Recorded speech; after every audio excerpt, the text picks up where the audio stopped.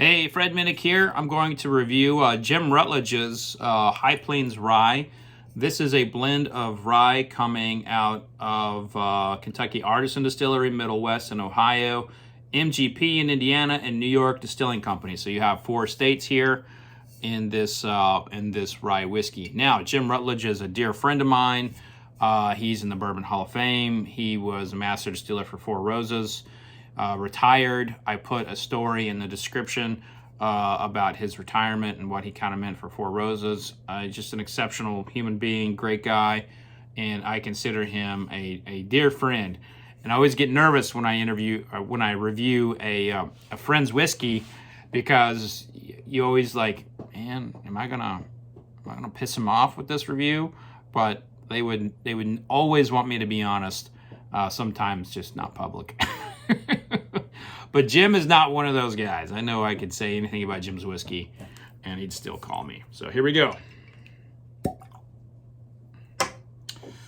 Now, Jim is a bourbon guy. So anytime you see someone doing a rye who is bourbon, you are always intrigued, because a lot of bourbon distillers do not like rye, and there's an old rivalry that goes as far back as the 1800s between Kentucky bourbon and Pennsylvania rye. So it's a fascinating story of like new methods by a distiller. So here we go.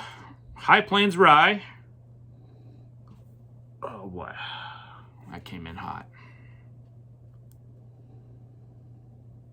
Okay, a little cherry there. I mean, it's a little alcohol-y on the nose. It's but some cherry, some citrus.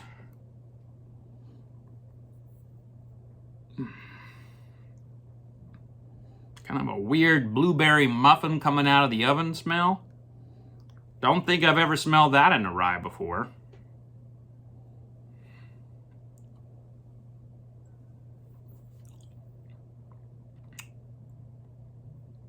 Well, it's definitely a rye, and it is layering that palate up with spice. Holy crap. Pepper City all up on that back palate.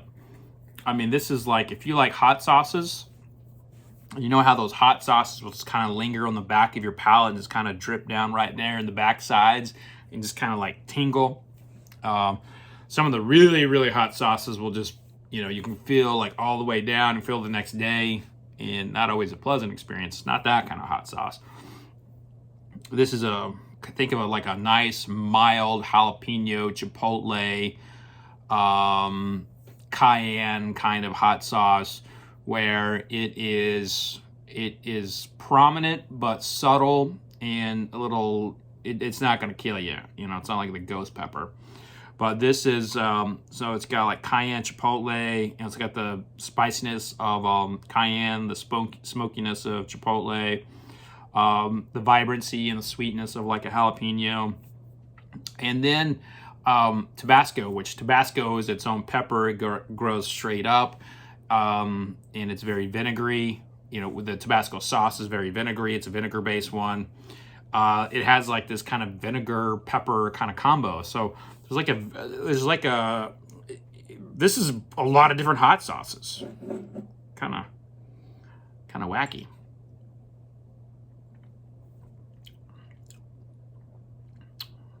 Yeah, second taste, still back palate, still wacky hot sauce kind of stuff going on. There's a touch of like rye bread, but this is a rye, but I would say that this is a home run of a blending experiment for Jim. Kudos to Jim for crushing this, because he really did a great job of creating something that's not on the market. In the rye whiskey category, there's nothing like this. There's absolutely nothing like this in the rye whiskey market right now. And I love hot sauce. I love peppers. And I see this as a big, big home run, a big win, a big addition to the whiskey market. And I'm also very, very, very late to reviewing this.